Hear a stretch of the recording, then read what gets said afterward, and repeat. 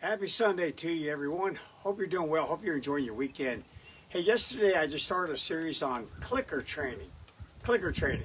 What is clicker training? It's where you use a marking system, a clicker. You hear that little click sound. With marine mammal training, we used whistles. It can even be your voice, but that's not called clicker training, but your voice can be a marking system. Meaning you want to be able to signal to an animal that they have done a behavior, and you want to be able to always convey to the animal your pleasure with that behavior. That is something that you're trying to reinforce, something you're trying to evoke at any given time that signal is given, or something that you don't like. You don't care for that behavior, you want that behavior to go away. It's all about communication. But what makes clicker training so unique is that you use the device other than your own voice. And you try to take away some of your emotions in doing it and take away a lot of fluff, meaning a whole bunch of other signals. You don't want to be a chatterbox anytime you're using a very distinct, stereotyped signal. Because otherwise, every time you invite more signals into the equation, into the picture, then you run the greater risk that the animal might become confused and might not interpret the signal the same every single time. So the clicker here, it does that. It just makes this one little sound, and now you use that sound to evoke behaviors, to elicit type behaviors from your dog. And by not giving the click, you're hoping that bad behaviors you don't want to reinforce simply will not be reinforced, and the animal will eventually learn to control the click. And that's what it's all about. They learn how to control it. They create the click by performing certain actions. When they do actions that we don't want to reinforce, there's no click. And you're hoping that over a period of time, by working through this common denominator, working it down this funnel, they'll get it. And they'll only want to do behaviors that will elicit a click from you, which will then mean here comes the treat. So again, I'll just keep explaining this as we move along this week and doing different types of behavior with a clicker, just so it all makes sense. But first thing you have to do right off the bat, as I talked about in yesterday's video, is this is a neutral stimulus at first. It doesn't mean a darn thing. Nothing to it. It'd be like me stamping my foot on this deck right here or knocking on this wood over here. Doesn't mean anything. Not a thing at all. Wouldn't mean anything to me. Wouldn't mean anything to your dog. So you got to make sure it means something to your dog. And that means all you have to do is this. Click, give treat. Okay? Click, give treat. Click, point to a treat. Like right there. In other words, don't always have the treat. Sometimes always have it come from your hand. You can drop a treat. You can click, drop a treat. And now Captain can have it. He got the lucky bounce right there, short there. Bounce darn near in his mouth. You're such a lucky dog. Yeah, so that's all you're trying to do at first is just make sure that you get this little sound and you give a treat. Over and over again. Do it until your dog starts to respond by its ears prick up or gets a little excited when it hears the clicking sound. That's the first thing that you do. First thing that you do. You've got to make the pairing between the click sound and eventually the treat. Now the next thing that you can start to do is give the click sound, wait a second or two, then the treat. And I highly encourage that you do that sooner than later, so that as soon as the animal shows any sort of sign whatsoever that I'm getting the idea that this click thing means food, delay it. Don't give it instantly. A lot of people will in the beginning hold the treat right here in their hand. They got it right here and they go, click treat, that fast. Well, that's not real life. You got to be able to handle your dog sometimes. Your dog will be on a leash. You got to manipulate it, and that means you give that click, but now you have to reach back here and get that treat. With the marine mammals being as intelligent as they were, we could blow a whistle. In the beginning, it was whistle fish instantly, just like I'm showing you now. But over a period of time, we could blow a whistle, and the fish may not come all the way up to a minute, and they could pair those two together. The action they did that got the whistle with the eventuality that the fish will show up. Dogs, not so much. They've got to have it a little bit sooner, but you definitely can delay the presentation of the treat. In fact, you can draw out duration in the behavior by simply delaying the treat as well. Okay, so let's move on to sit. Sit's a really easy thing. Most people, yep, there you go, he just sat. Most dogs learn how to sit very quickly, many ways. But if you're going to use a clicker for training, here's how you get it done. Okay, the first thing that you want to do is you do want to go ahead and fish that treat out of your hand, because this is the very beginning and we'll evolve from there. So I got a little treat in my hand. I want to kind of close up my hand and make a little fist here so the dog doesn't see the darn treat right here in my hand. Probably has a good idea that's there. And now all I'm going to do is just move the dog in my direction. And as soon as the dog starts to lean upward at all, let me move to where you guys see. Come on over here, cow dog. As soon as the dog looks up, you want to click and give the treat. Now again, Captain already knows how to sit, but if he didn't know how to sit, what I would be doing is timing my click the second the dog lifts its head upward. And why would it lift its head upward? Because I would hold my hand high. So as Captain comes over here, I hold my hand high. He looks up at my hand. Right then you click and give a treat. So dogs that don't know how to sit, they've never been taught to sit before, once they realize that this hand has a treat in it, then all you have to do, lift that hand up, and most dogs will at least, at a minimum, lift their head to follow the treat hand. And as soon as their head gets to about right here, click, treat. So that's step one, just kind of getting their head to move upward, look up you. A lot of trainers that are doing competition will reward the dog when it looks up at them. So right here, I can take my hand up here, Captain looks at me, I can click, give treat. Do the same thing. Okay, now the next step with this is you have your treat again, you bring it up high, but now you push it over the dog. You push the hand. So now you don't click when the dog merely looks up. You click, you push your hand as soon as the dog starts to lean back a little bit to see that hand starting to go over my head. Boom, you click right then, give the treat.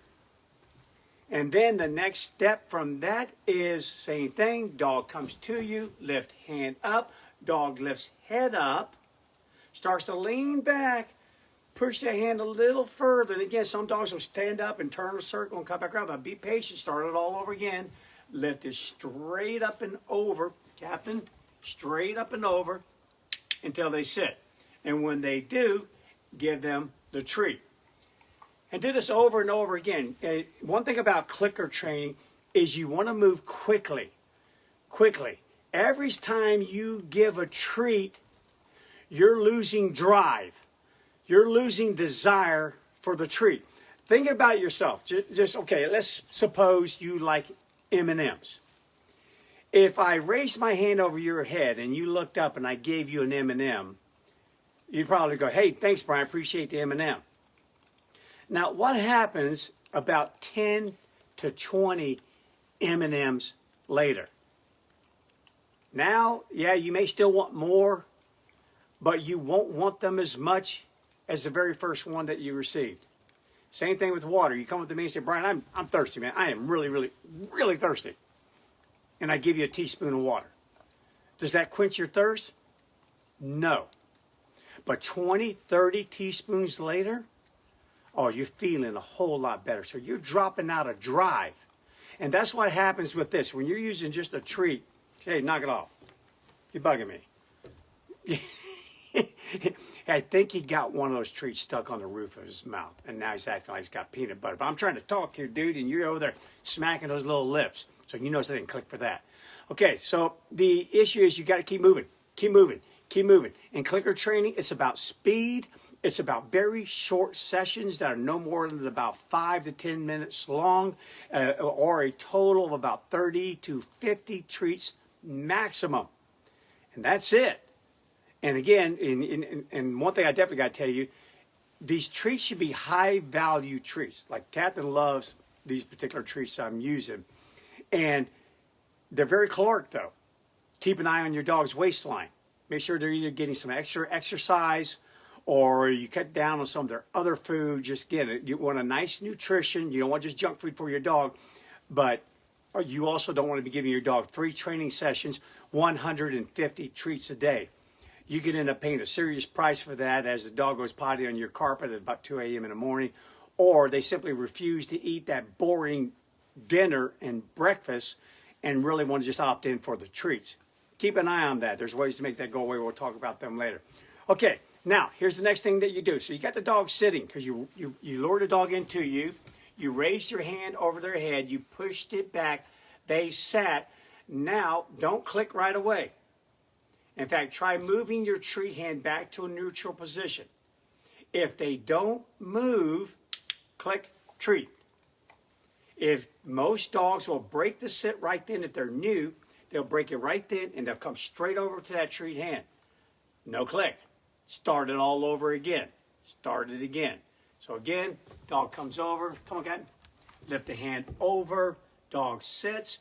Move the treat hand away to a neutral position by your side, or you can put it behind your back, or you can just stick your hands in your pocket and you can lean on one foot or the other like I'm doing. If the dog holds, does not break the sit, like right there, Captain just broke the sit because he probably thought I'd this. But look, he just sat. So now that brings me to my next point. So, well, actually, before I get to the next point, let me just finish that one. Try to move your hand away. If the dog doesn't break the sit, immediately click and then give a treat. Now start to delay that even longer. Move the hand away. Wait, wait, wait. Boom, click, treat. And then move the hand away so the dog was made to sit. Move the hand away. Move yourself. Take a couple steps around the dog. The dog holds the sit. Again, you build this slowly. Treat. The one thing about clicker training is your shaping. So imagine you got this big old puddle of clay in front of you. It doesn't look like nothing but a big block of clay. Got it, can't even speak. A big old, just never, clay, bunch of clay. And you're trying to shape this clay. You're trying to form some being out of it. Try to create it. That's slow, painstaking work. And this is the same thing. You click 100 steps to create a sit in which the dog holds for like up to a minute. Okay? So just tiny little steps. Remember, the dog is doing a whole bunch of guessing here. He knows how to sit. I'll show you. I've never used a clicker with him ever in my entire life. He knows how to sit, so he's probably a poor example. But you're right now, I'm here in the mountains. It's the only darn dog I have other than my two Morkies. Maybe I'll break one of those out next time and show you that because I know for a fact that one of them doesn't know how to lay down, and I can demonstrate that dog to make it lie down using the clicker. Okay, so to kind of wrap this thing up, just a couple things here. Just when you build the duration, just hold the click longer and longer until you get to a point, and I'd recommend in the beginning, get to at least about 30 seconds. Then if the dog holds it, click and give that treat. Okay? Now, just a couple things to think about when you're doing this. Again, keep the session short. Also, be quiet. Don't add, click, good boy, way to go. You're such a smart dog.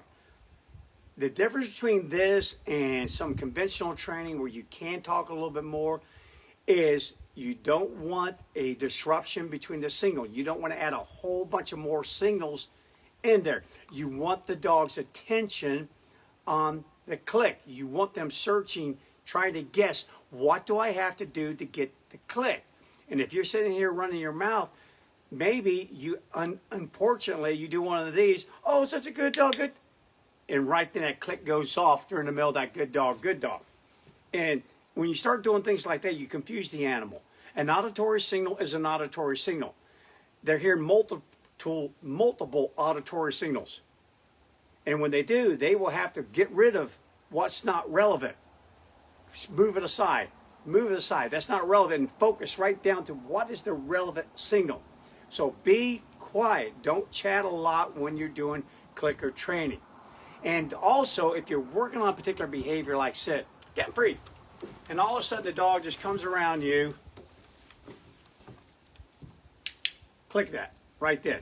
If they just sit on their own, click it.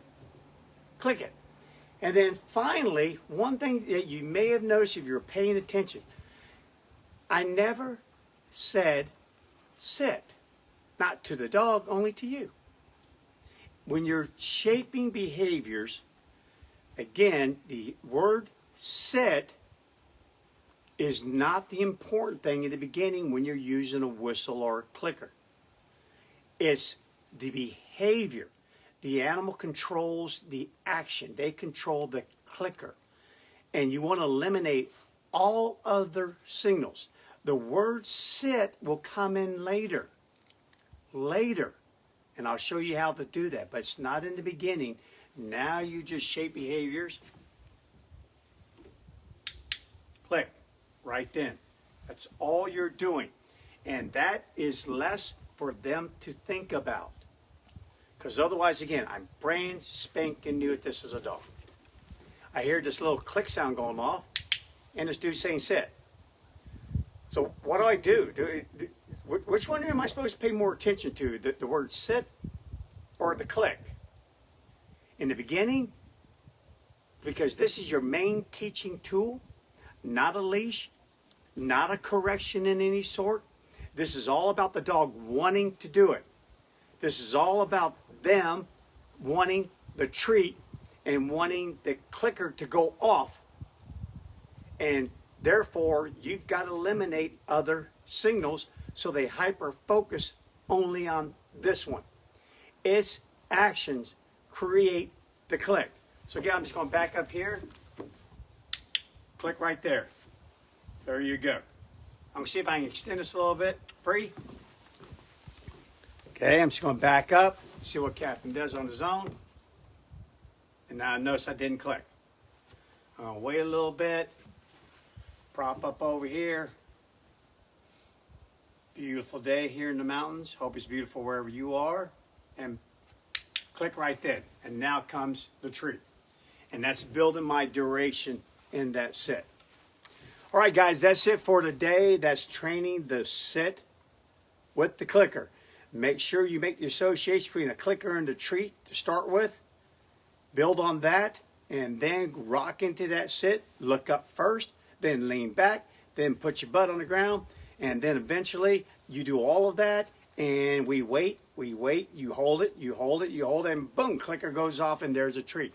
At some point during your training, if the dog quits on you, then that's their way of saying, you're no longer my priority at this moment. I've had enough treats. I've had enough fun. Now I want to go do something else. When you see that happening and you feel that in your training session right then, even if you get angry, you felt like, man, I want to do 5 more minutes. But again, this is something, this is different. We couldn't put a leash on a dolphin. Couldn't put a collar on, no matter what kind you want to use. Couldn't put a no-pull harness on them.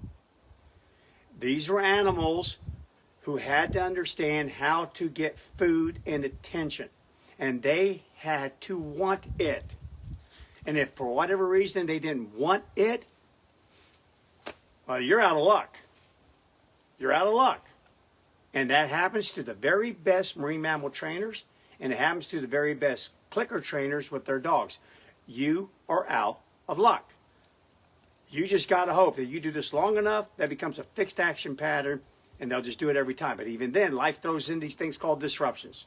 Things that you are not prepared for, things that you've never met in your life, never had to deal with in your life. And when those things come calling, they're a completely novel signal.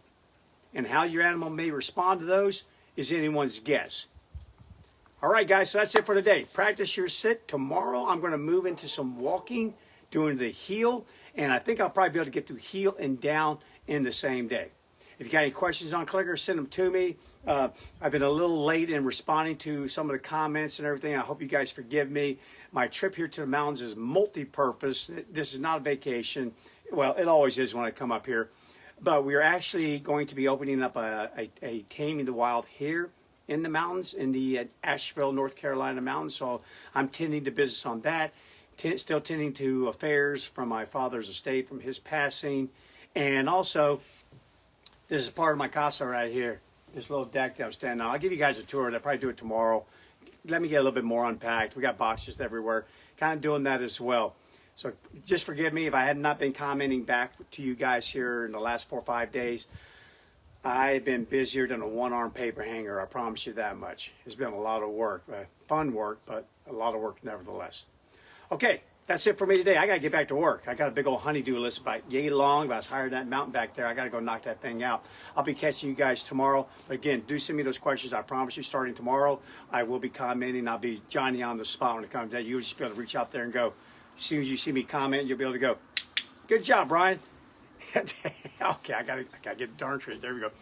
Good job. Got a clicker me something to him now. All right, I'm out of here. Enjoy the rest of your day. Goodbye.